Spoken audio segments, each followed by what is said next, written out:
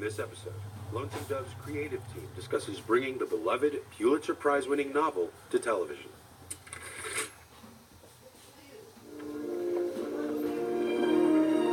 What is she doing?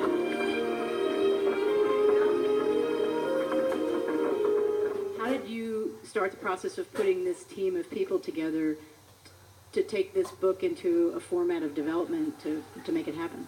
Well, the first thing is that we were represented by ICM, and I got a call once the book won the Pulitzer Prize, because what happened in that year was that people wanted my book. They wanted my option to run out, and they wanted to take it. And I say my book, but obviously the book. And because I had an 18-month option, all the vultures had to stand back for another 6 months, and that gave me time to do what had to be done to put it together. And ICM suggested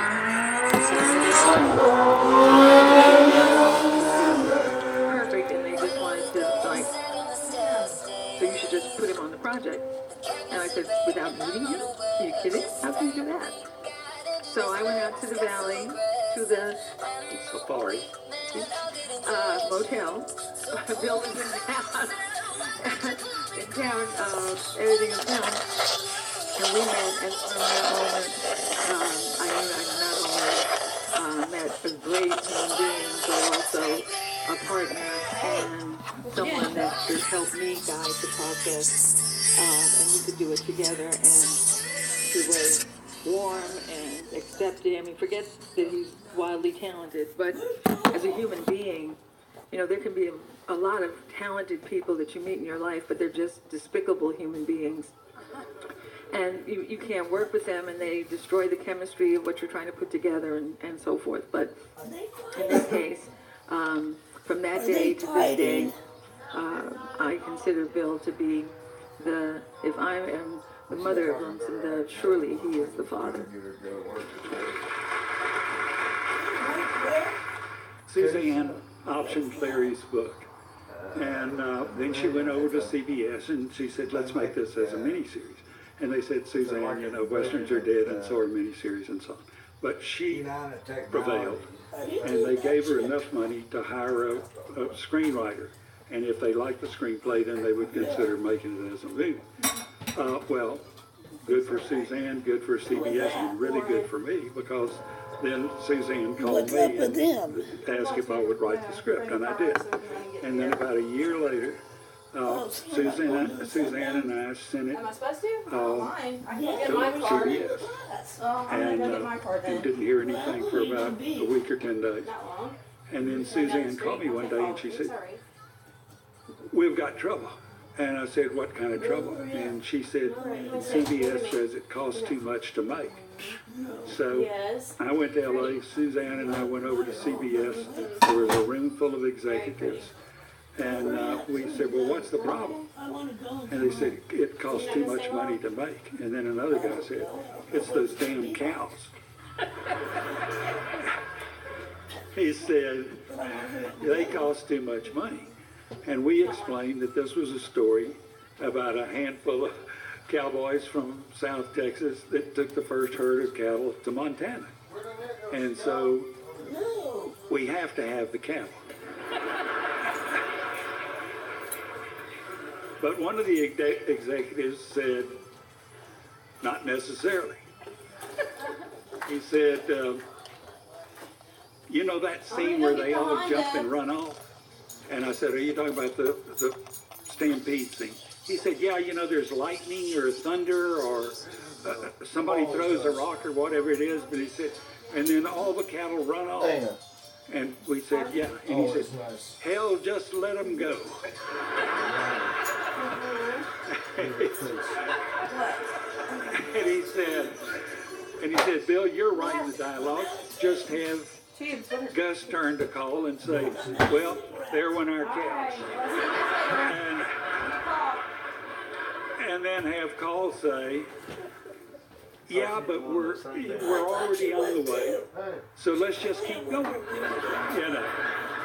And And one of them slapped his knees, and he said, yeah, yeah.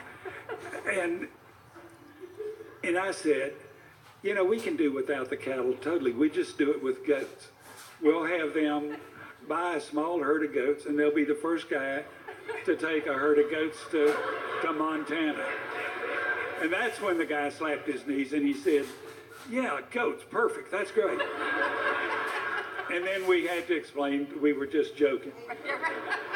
But what we did was buy a small herd of goats. Jimmy Medeiros bought us a small herd of goats, cattle, excuse me.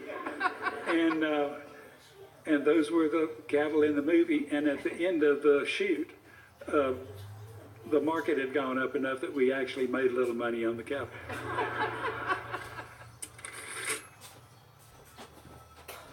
Suzanne did a great thing for me. She had somebody read the whole book on tape. And Sally and I have a She's place waiting down on in you South out Padre, there on the front porch. which from Austin, where we live, is a 6-hour drive. And I would plug in a tape when I started driving towards South Padre. And that 6 hours essentially equaled an episode. And it was amazing to be listening to it rather than reading. Of course, I had read. But when you're listening to it and you're driving and you don't have a pencil in your hand, then you start seeing it. And then pretty quickly you say, well, yeah, I need that. And you say, no, I don't need that. Or this, you know, and you get a scene over here and you say, oh, that needs to come back here a little bit and so on. And anyway, and then 6 hours later, I'm at South Padre and I write for a week and have a rough outline, if nothing else, of that particular episode. And then I get in the pickup and start driving back to Austin and do the next 6 hours. And it was really wonderful. And you weren't at risk because you weren't actually writing. You know, you had time to change your mind and so on. But that was another blessed thing that Suzanne did for me along this way. Yeah, I'm gonna stop by But the other deal is, you know, like Larry's story is just so great. There was not a problem writing the script, and it didn't really feel so daunting either because it was so human. You knew all those people.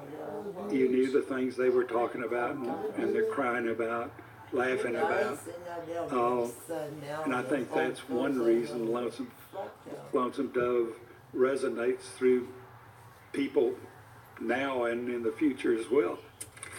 All right, see y'all.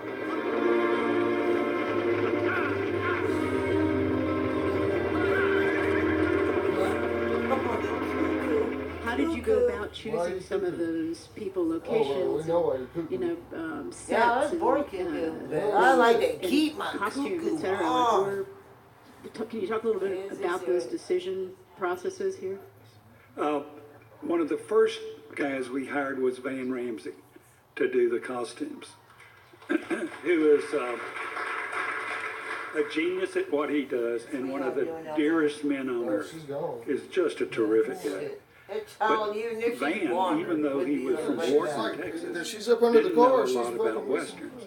So we brought him over to my office where I have a lot of books on the Western, photographic books You don't and have to so on. whistle at her. She was Basically like, you don't saying have to to him clap for, her. how You have long to was it, talk Jason, a to week? her. A week.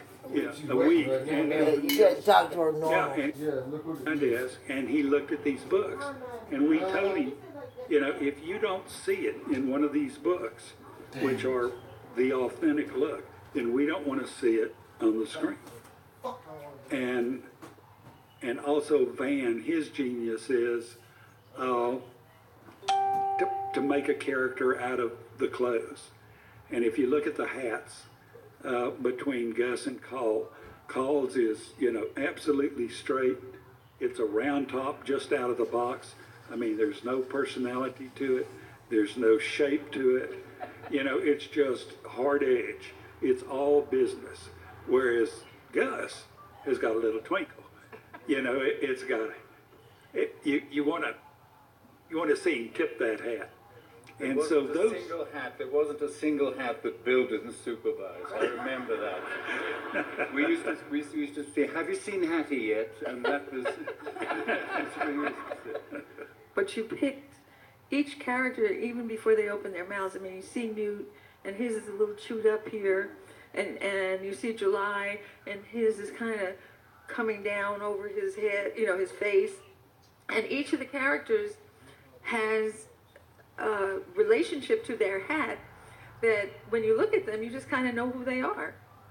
And that's genius to me. The other important thing in a Western is a lot of scenes take place on horseback, of course, and depend a lot on silhouettes, and you want to recognise who the characters are if there's 7 or 8 horses. And there's a classic example in Lonesome Dove where they ride off from the Hat Creek outfit to go into Mexico the first night to steal horses, and as they ride silhouette across the bridge in Lonesome Dove, you can recognise each character just by the shape of the hat and the silhouette, and that's incredibly important.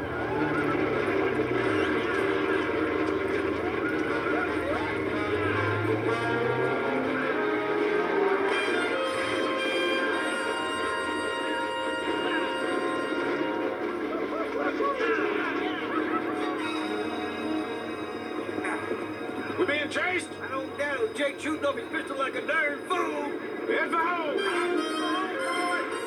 One thing probably people don't understand is to get a mob of galloping horses, it takes a quarter of a mile to get them up to speed and under control, and that's after a lot of work with the wranglers in rehearsal. It takes a half a mile to get those tracking shots where you've got vehicles tracking along beside them, and then another quarter of a mile to pull them up. So that gives you a square mile, which has to be lit. You're able to achieve with quite simple lighting. There's also a great danger factor because of you working at night and visibility is not as good for, but you know, that's the real cast in galloping in amongst the horses.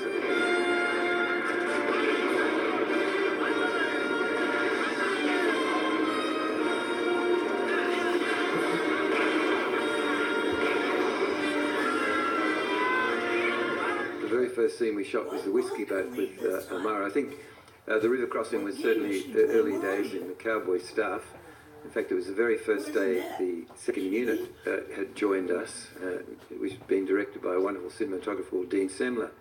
And in fact, the very first take of the cattle crossing the Nueces River, which ends up in the water moccasin attack, the current was quite strong, and a lot of the cattle and a few horses were actually of the river all washed downstream. Well, there was no way out of the river. There was quite a steep bank. So the entire crew, I think you'll all remember it, boys, we all were in there up to our necks in water and mud, rescuing cattle and cows. And I looked at Dean, and it was his first day on set, and I said, "Welcome to Lonesome Dove." You know?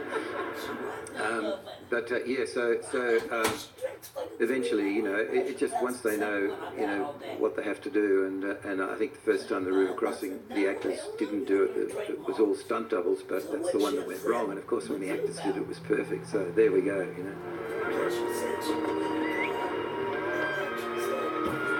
Look at them pigs swim. Hey, won't be too bad, huh, son? I'll go first. All right? All right. Nope. Come on, Mouse.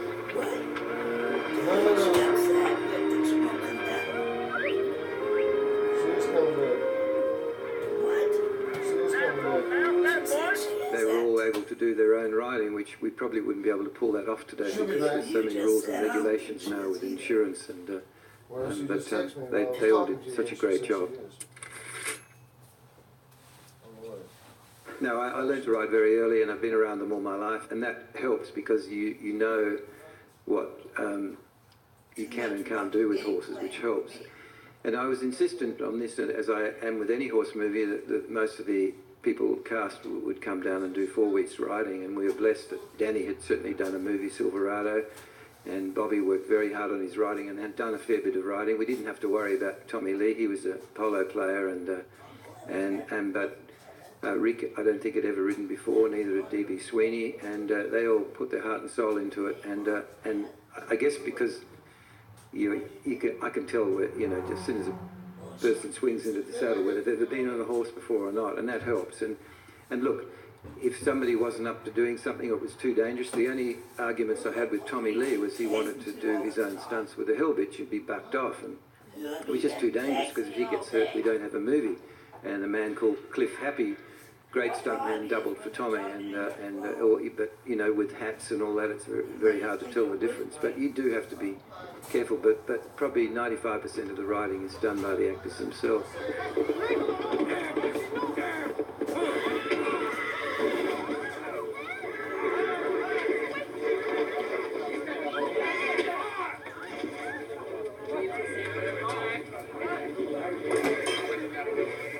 So, Bill, there was some real horsemanship in that scene. That actually is Tommy Lee running that horse down the street as fast as it will go, and he pulls up just inches from the other horse. And that horse only does one thing. He falls. That's a falling horse. And they're not cheap. And for us, it was a two falling horse. We had to shoot that twice, didn't you, Simon? Look, I don't remember whether it was once or twice, but I do remember that Tony Eaper, who was riding that falling horse, you know, you rely on a great stuntman to do that because the timing of it is critical with Tommy pulling up the horse and the camera angle and so forth, and then Tommy being able to get off, come round and supposedly kick Tony Eaper in the face. The branding iron was a rubber one, but I know that Tommy accidentally whacked Tony a couple of times, and I know Tony said, if you hit me again with that effing thing, I'll be taking care of you. And that's real. I mean, you know, Tommy really got into that scene, and so when Bobby does lasso him and drag him away, you can see Tommy's so far in character, because we, the audience, by that stage, pretty much twigged that Newt is his son, and that's the emotion coming out, father looking after son, but it's still can't admit it. He hates rude behaviour in a man, that's it, you know.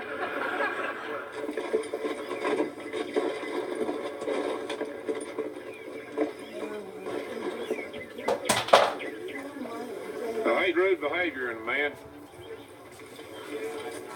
Won't tolerate it. The most trying part of the whole thing was really just stampeding the cattle, but again, bless the cast, they all hang in there, and they're all there, you can see them, you know.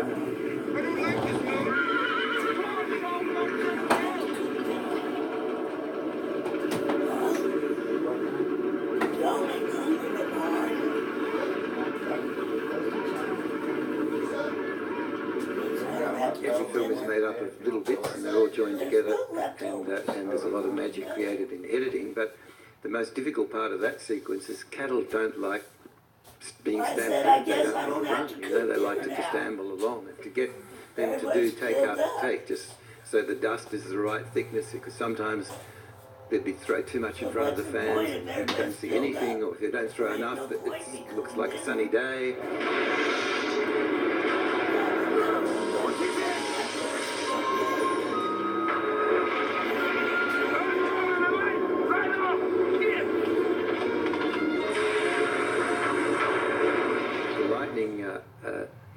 Occurring and then electrocuting their sort of horns, that was inspired by Remington's famous picture, The Stampede, which is on display at the Sid Richardson Museum at the moment, and those that haven't seen it should go and see it because it's breathtaking.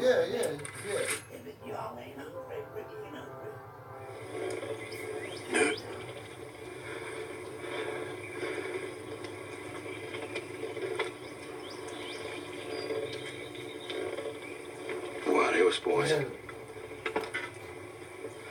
Hope you won't hold it against me. Never meant no harm.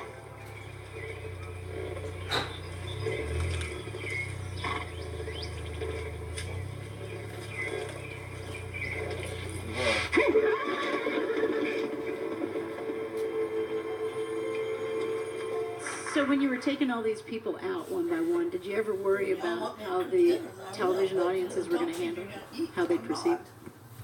Absolutely not. You know, by the time this aired, I think Lonesome Dove had legions of fans of the book, and I think our greatest concern was that we honored the book, and that the people who loved the book would love the miniseries. And fortunately, it worked out. I wanted to share So I spent $50,000 of Barry Gordy's money for the option of Lonesome Dove. And about 15 minutes after Swiftly the Czar cashed the check, one of my colleagues who had worked at Warner Brothers came in and delivered the news that it had been passed on everywhere. And she handed me a document of which this is the last page. And it's from the Warner Brothers coverage department. Coverage meaning evaluation department. And of course, this was the reflection of their thoughts, comments. This is a long, drawn-out tale that ultimately boils down to nothing. At story's end, on page 1557, she's reading the manuscript, nothing has been resolved. Gus and Dietz and Jake are maybe dead, but Call still hasn't acknowledged Newt. Lorena hasn't noticed Dish, nor made it plain she isn't going to. Nor has Clara given July an answer on his proposal. We don't even know if Call will go back to Montana or stay in Lonesome Dove. Most especially, we don't even know why this is called Lonesome Dove. And meanwhile, I'm sitting here reading this, having spent $50,000 on an option that I now know can't be sold.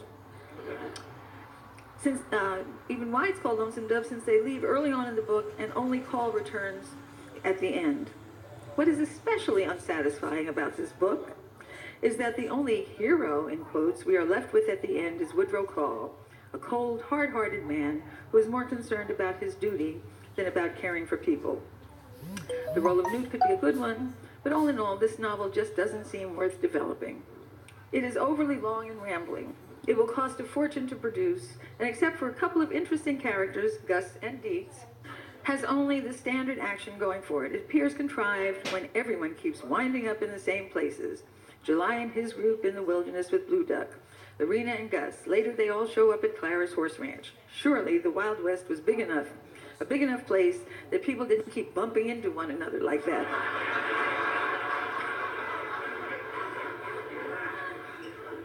The downbeat ending looks to kill any box office potential, especially as it appears McMurtry only stopped writing because he got tired of his characters and story. Not because he finished his story. Unsatisfactory all the way around. Lonesome Dove, underlined, calls for casting that would probably bring Randolph Scott and Joel McCrea out of retirement again. Pass. Just to recognize this film for what it achieved out there at the time, where bringing back two genres that were already dead, number one, and starting at a 42 share of audience and going all the way to a 50 by the time that it aired on the last evening. And I think the New York Times said, it's a great quote, perhaps the biggest herd of cash ever generated by a TV miniseries. I don't know if that's really true or if it's just what was in print, but it wasn't for us. I heard somebody else got the money. Hey, I'm staying with you guys tonight. And 18 Emmy nominations and 9? How many? No, 18 nominations and how many wins? 11? 9? 7. 7. There we go. You know, a lot of times on television, you know, there are things you don't have time to do, you don't have the money to do, and so on. And on a lot of TV deals, they say, oh, don't worry about it, it's just television. Nobody ever would have dared say that on Lonesome Dove. I mean, you know, our take on it was film, you know, and ought to be treated as film. And it was film we were going to show on television. But nobody ever lessened it or diminished it or diminished the possibilities of it. So don't worry about it, it's just TV, ever. So that's how dedicated cast and crew from top to bottom was to Lonesome Dove. You've been watching A Conversation with Bill Whitliff, Dyson Lovell, Simon Windsor, and Suzanne DePass.